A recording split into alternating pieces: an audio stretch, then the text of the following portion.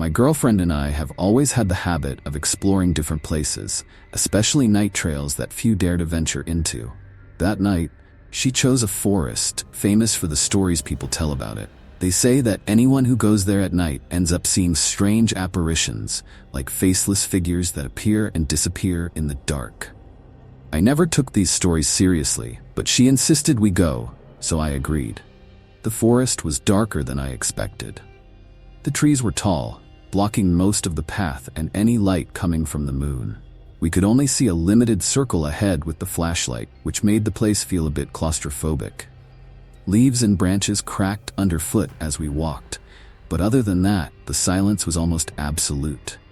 There was no sign of wind or animals. Everything was quiet, but the atmosphere made me uneasy. My girlfriend also seemed quieter than usual, and every time the flashlight lit up something between the trees, I felt a strange chill down my spine. But I kept trying to stay calm, laughing at the idea that we were there because of a story that felt more like a rumor. Then I saw something strange. In the middle of the trail, a few meters ahead, there was a figure standing still. It looked like a person, facing away, completely motionless. We stayed silent, trying to figure out if it was someone lost or another curious person like us. The problem was that they were just standing there, not even breathing, it seemed. I moved closer, still thinking it might just be someone too scared to go down the trail. But with each step, my unease grew. The person didn't move, didn't make a sound, and the thought that something was wrong crossed my mind. I looked at my girlfriend, and I could see she was just as suspicious as I was. We decided to keep going, but that first sighting left a different, heavier feeling on the trail. We decided to continue, trying to ignore the figure standing on the path. As we passed beside them, my girlfriend said, "Good evening," politely, just to break the silence. No response. The person remained facing away, completely still. Then, slowly, the figure began to turn. I felt my stomach clench. The face was becoming visible little by little, first the profile, then the full front, and when I finally saw it, it didn't make any sense. It was a completely smooth face, with no eyes, no nose, no mouth. Just skin, like a mask with no expression whatsoever. For a second, I was frozen, unable to believe what I was seeing. It was as if someone had erased their face. My girlfriend held her breath, and I could tell she wanted to leave right then. But I forced myself to believe it was just a prank, maybe a mask or something. Still, no matter how much I tried to convince myself, something inside me knew it wasn't that simple. I grabbed her hand and suggested we keep going, saying it was probably just someone trying to scare us. She looked at me, still shocked, but agreed, and we moved on, trying to ignore what we'd just seen. My heart was pounding, and with each step I felt the atmosphere grow stranger. No sound but our footsteps and our quickened breaths. The air felt heavier, as if something was following us from afar, just waiting. After that sighting, the idea that it was all just a legend began to fade from my mind. I knew there was something wrong with that forest, and the fear that more things might appear was starting to set in. We continued down the trail, but my girlfriend's face showed her tension. She kept glancing back, as if expecting that someone without a face to still be following us. I felt a constant chill, like there was something behind us, but I didn't want to show that I was scared. I tried to keep pace, but my steps were getting faster, as if my instincts were telling me to get out of there. A few minutes later, I saw another figure standing on the path, a few meters ahead. This time, it was facing us, and my heart froze. I couldn't make out the face clearly, but as we got closer, I realized this person also had no face. Just a smooth, expressionless surface like the first. My girlfriend whispered that we should turn around and leave the trail, but my body was paralyzed. I tried to think, but the feeling of terror was overwhelming. I looked around, searching for an escape, and that's when I noticed we weren't alone. There were more figures along the trail, all standing in the same position, somehow watching us without having faces. My girlfriend started to tremble, and I grabbed her hand to try and maneuver around the figures, hoping to find a way back. Our flashlights were beginning to fail, flickering every few seconds, and the sensation of being watched grew stronger. It was as if the silence was closing in on us, getting denser, more oppressive. As we tried to leave the trail, the figures seemed to move to block our way. I saw the shadows spread out, surrounding us. Panic took over, and I started running, not sure where, just desperate to escape. Every time I looked back, the figures were closer, and the feeling that we were trapped on that path, surrounded by something incomprehensible, was suffocating. I knew I wasn't imagining things. Those figures were there, and they weren't going to let us go easily. My girlfriend and I ran down the trail, barely knowing where we were going. All we wanted was to get away from the figures that kept appearing, closer and closer. The sound of our footsteps echoed in the heavy silence of the forest, as if there was nothing else in the world but us and those things. The flashlight flickered more and more, making it harder to see, and fear was taking over everything. Suddenly, we turned a corner and came face to face with another faceless figure, right in front of us. We stopped immediately, and I felt my body freeze again. It was so close that, for a moment, I could swear I heard its breath, even without a face, without a mouth. The silence seemed to vibrate around us, and every second there felt like the air was getting heavier. I tried to pull my girlfriend in a different direction, but as soon as I took a step back, another figure emerged from the shadows beside us. It was so close that I felt the cold tips of its fingers brush against my arm. I backed away, pulling her with me, but there wasn't much room to go. With each movement, more figures appeared, as if they were cornering us, closing the space around us. She started muttering that we needed to get out, but her voice was low, weak. I couldn't speak either. Every time I tried to say something, the words just wouldn't come out, as if the sound was being sucked away by the forest itself. It was like we were losing our voices along with their faces. The fear was so intense, my heart pounded like a drum. The figures approached slowly, with that terrifying calm, blocking every way out. I looked at my girlfriend, and she had tears in her eyes, paralyzed. Knowing we couldn't stay there, I pulled her with all my strength and dashed away, shoving past the figures without looking back. The flashlight went out completely, and now we were running in total darkness, guided only by the sound of our own ragged breaths. I didn't know if we were close to the exit or more trapped than ever, but I kept running without stopping. Finally, after what felt like an eternity, we saw the light of the trail's entrance up ahead. I don't know how we did it, but we ran towards it and left the forest, never looking back, just getting as far away as possible. After that night, my girlfriend and I knew something had changed. Even outside the forest, it felt like that experience had left deep marks on both of us. We tried to move on, but avoided any mention of what had happened, as if just talking about it could bring those figures back. I began to have recurring nightmares. In them, I was always in the forest, surrounded by those faceless figures, trying to scream but unable to make a sound. I'd wake up in the middle of the night, sweating, with the feeling that something was in my room, standing there, silent, like on the trail. My girlfriend wasn't well either. She started acting strangely, always looking around as if she saw something I couldn't. One night, during one of these moments of insomnia, I heard her mumbling something. When I got closer, I realized she was sleepwalking, standing by the bedroom door, looking out into the dark hallway. I tried to wake her, but when she touched my arm, her face looked vacant, distant, as if it wasn't really her. Days dragged on, and slowly I noticed that my girlfriend seemed to be changing. She was becoming more distant, avoiding contact, and sometimes, when I looked at her out of the corner of my eye, her face seemed blurred, like a smudge. I convinced myself it was just my mind playing tricks, but the discomfort didn't go away. Then, one early morning, I woke to the sound of footsteps in the house. I thought it was her, maybe sleepwalking again. I got up and went into the hallway, but she wasn't there. I searched the house and finally found her in the living room, standing with her back to me, completely still, facing the window. I called her name, but she didn't respond. I approached slowly, a cold chill climbing up my spine. When I finally touched her shoulder, she turned around, and that's when my blood ran cold. Her face was smooth, featureless, exactly like the figures we'd seen in the forest. I stumbled back, heart racing, and blinked. In the next second, she was there with her normal face, looking at me with a confused expression and asking why I looked so pale. I tried to brush it off, but the image of that blank face wouldn't leave my mind. Since then, I've been afraid that the experience from that night never truly ended. Sometimes I feel like the presence of those faceless spirits is closer than I'd like to admit, as if they took a part of her and left something strange in its place. I don't know if I'll ever be able to forget what I saw, but when I look at her, I can't help but wonder if it's really her I'm seeing.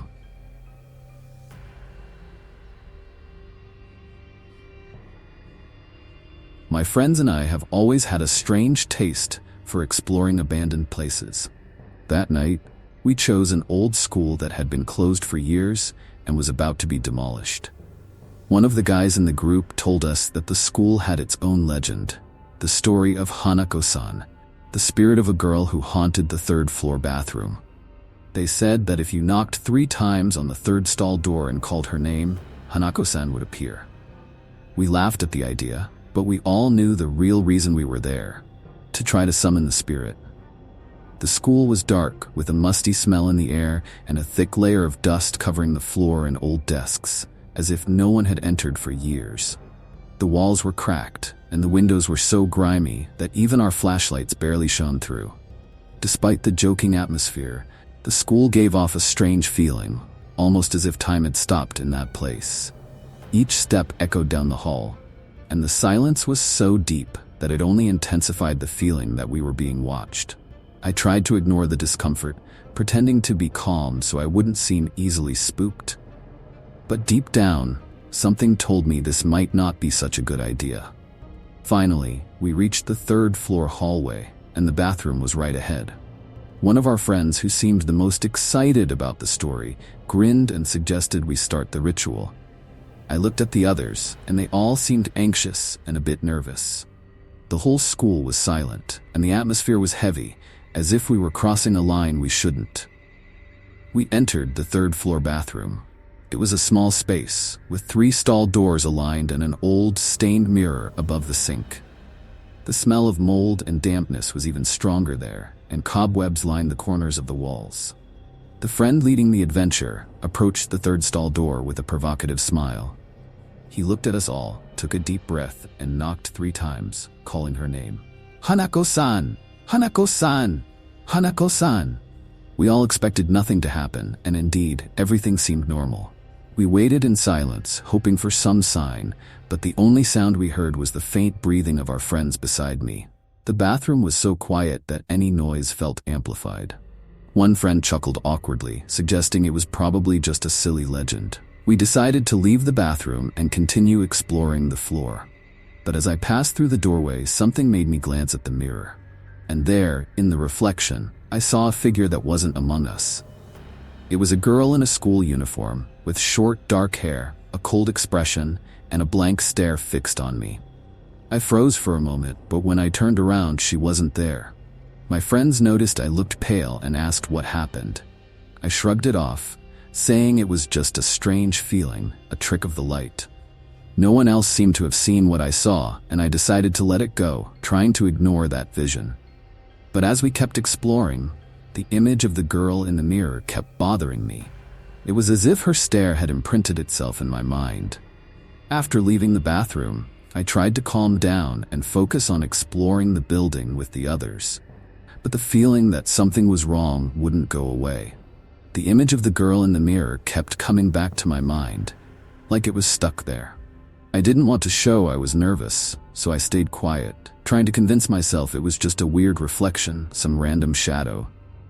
As we walked down the third-floor hallway, I started noticing little signs that only heightened my discomfort. The first was a faint, almost imperceptible laugh coming from somewhere behind us. I looked at the others, hoping someone else had noticed, but they all seemed calm, laughing and chatting among themselves. Shortly after, I saw a shadow at the end of the hallway. It was small, like that of a child, and seemed to be standing there, watching us. I blinked, trying to adjust my eyes to the darkness, but the shadow disappeared instantly. My breathing grew heavier, and a cold sweat began to form. With each strange occurrence, I felt more pressure, as if something was slowly surrounding us. The thing that scared me most, however, was when we stopped in another room, and I found a small handprint on the window glass, as if a child had pressed their hand there. The mark looked fresh, which didn't make sense given how dusty everything was. I touched the print, and the glass was icy cold, the chill seeming to go straight to my bones. My mind was racing. I knew there was something there, and it wasn't just my imagination. Hanako-san was near, and for some reason it felt like she was focused on me. I looked at my friends and saw that they continued to ignore the signs, but the sensation of being watched was so intense that I started to wonder if I could keep going in that school. The feeling of being observed was becoming unbearable, but I kept following my friends, hoping we'd be leaving soon. At one point, I got distracted by a shadow I saw in the corridor, and when I turned back, I realized I'd lost sight of the others. The building was dark, and the only light I had was the dim flashlight on my phone, which seemed to have grown weaker. I called out to my friends, but no one answered. I decided to retrace our steps, hoping to find them, until I arrived once again at the third-floor bathroom. I stopped, thinking I would just pass by, but at that moment, the bathroom door creaked open slowly, as if inviting me in. The third stall door was open. Before I could move, the stall door started to close slowly, and I felt my body freeze. My breathing grew heavier, and the cold intensified, as if the air around me were freezing. And that's when I saw her, standing inside the stall, just a few feet away. It was Hanako-san, the same girl I had seen in the mirror. She stared at me with empty eyes, her pale face motionless, frozen in time. Without fully understanding what I was doing, I took a step back, unable to look away from her. With each second that passed, her presence seemed to grow, and the silence around us was crushing. Then, she slowly raised her hand and pointed at me, her empty gaze fixed and a chilling smile forming on her face. I heard a faint laugh, almost a whisper, echoing through the bathroom, and I felt such an intense chill that I could barely move. It was as if she were waiting for me to come closer, as if she wanted me to join her in the stall. In a surge of pure terror, I broke free and ran out of the bathroom without looking back. My heart was racing, and all I could think about was getting out of that school. As I went down the stairs, I finally found my friends who looked at me, startled, asking what had happened. Unable to explain, I just said we needed to leave. They laughed, thinking I was just too freaked out, but they agreed to go. That night stayed with me. Even after we left the school and got home, the feeling that Hanako-san was still close lingered. I stayed awake until dawn, haunted by the memory of her face, that empty gaze, and that disturbing smile. Forgetting seemed impossible. In the following days, her presence continued to haunt me. At first, I thought it was just paranoia, but then things started getting strange. Every time I entered a bathroom, at home or elsewhere, I avoided looking in the mirror. But sometimes, when I couldn't resist, I thought I saw something in the reflection. A fleeting shadow or a handprint that disappeared just as quickly. One afternoon, I went to the bathroom at home to wash my face, and when I looked up, I saw a small, wet handprint on the mirror. The shock froze me in place. It was exactly like the print I'd seen on the window at the school, as if she were watching me again. My mind told me it was just an impression, that I was imagining things, but the feeling of being followed was impossible to ignore. Nights passed, and I began to dream about her. In the dream, I was back in the school bathroom, alone, and the stall door would always open slowly, revealing Hanako-san waiting for me inside, with the same vacant, unblinking stare. Every time I woke up, I was drenched in cold sweat, my heart racing as if the nightmare were becoming more real each time. I don't know if I'll ever be able to forget what happened in that school. Now, I avoid going into empty bathrooms or looking into mirrors for too long. But deep down, I feel that Hanako-san is still there, always watching, patiently waiting for the moment when I'll finally look at her again.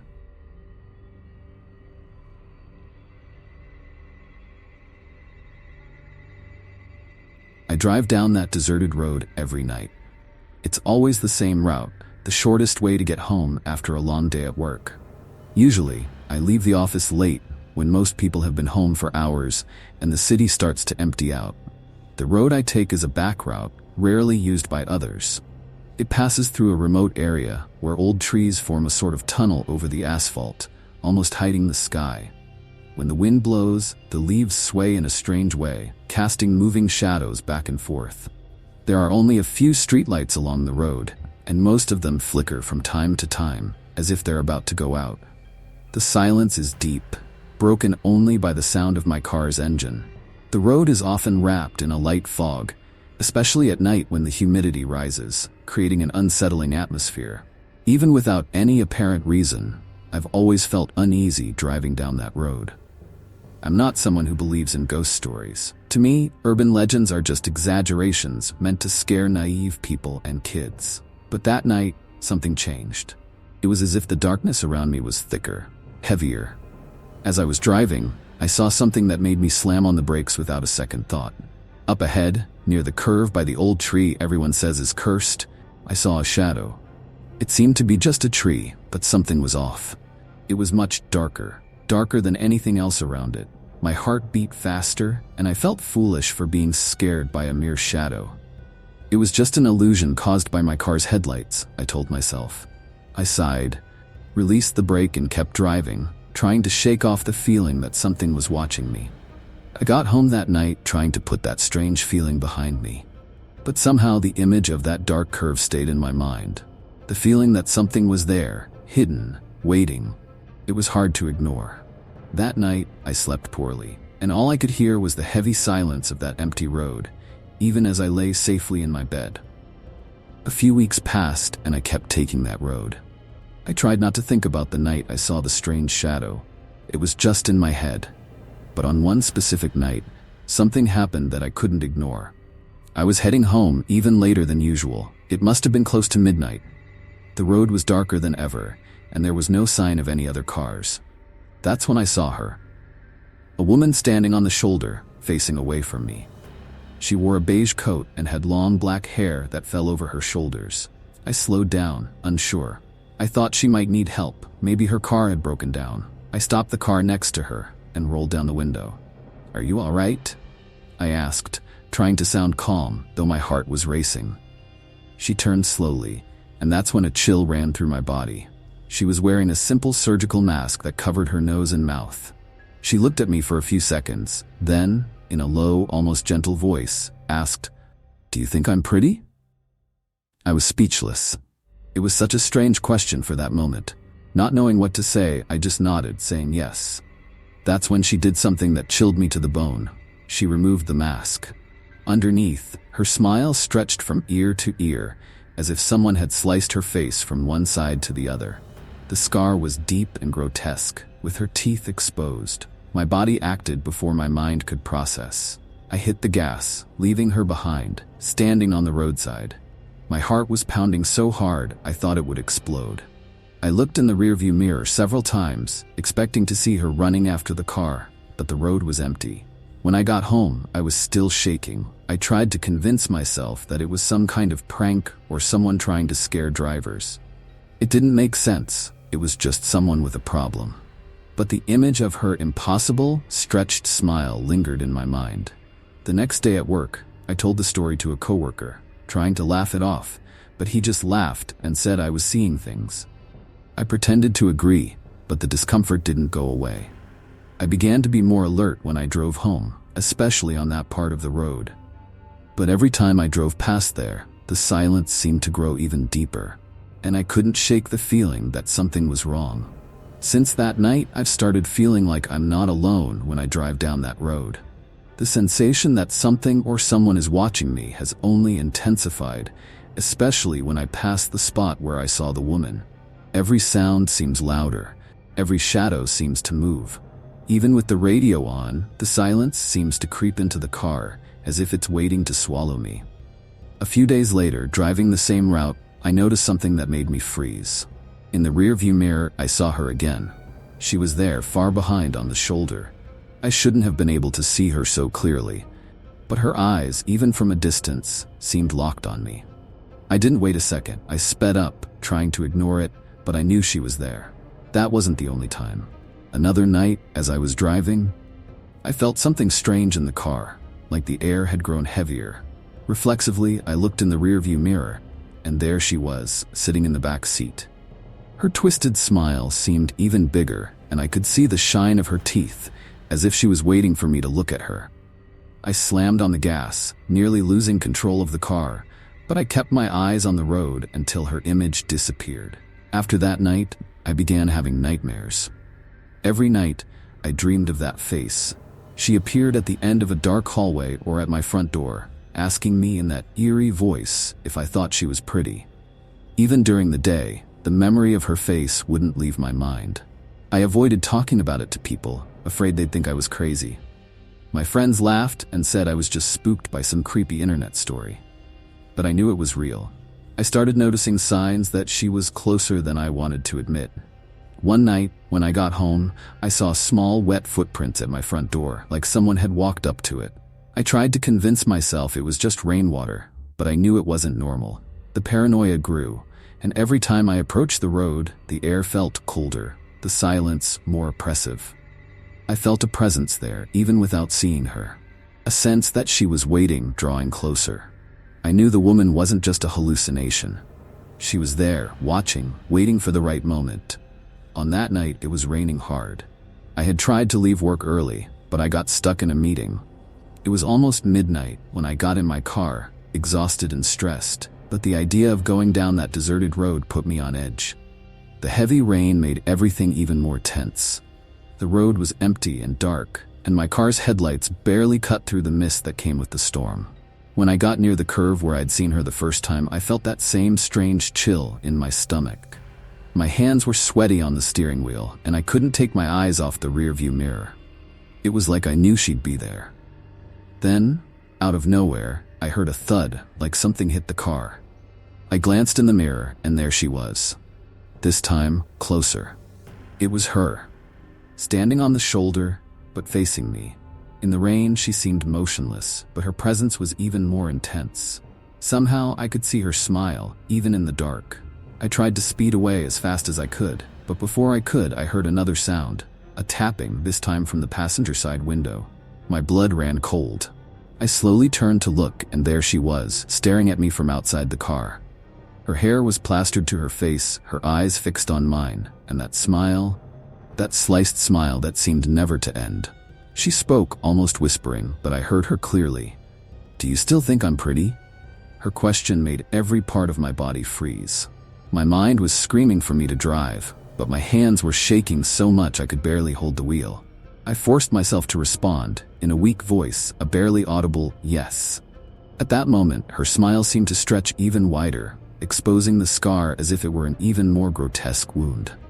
Slowly, she raised her hand and began pulling the passenger door handle. Panic consumed me, and finally my body reacted. I slammed on the gas, tearing away. In the rearview mirror, I saw that she was gone. But the relief was short-lived because, as I turned back to the road, she was there again, standing in the middle of the street, right in front of me. I was forced to swerve, almost losing control of the car. My heart was racing, and I knew I had to get away. I managed to dodge her, her figure vanishing into the darkness as I drove without looking back. I kept driving at full speed until I got home, locking every door and window once inside. Even then, the feeling that she was close wouldn't go away. That night changed everything. After I got home, I couldn't sleep. I stayed up until dawn, sitting on the couch with all the lights on. The image of the woman standing on the road and that terrifying smile wouldn't leave my mind. Every time I closed my eyes, I saw her face, and the feeling that she was outside, waiting, it still gives me chills to this day.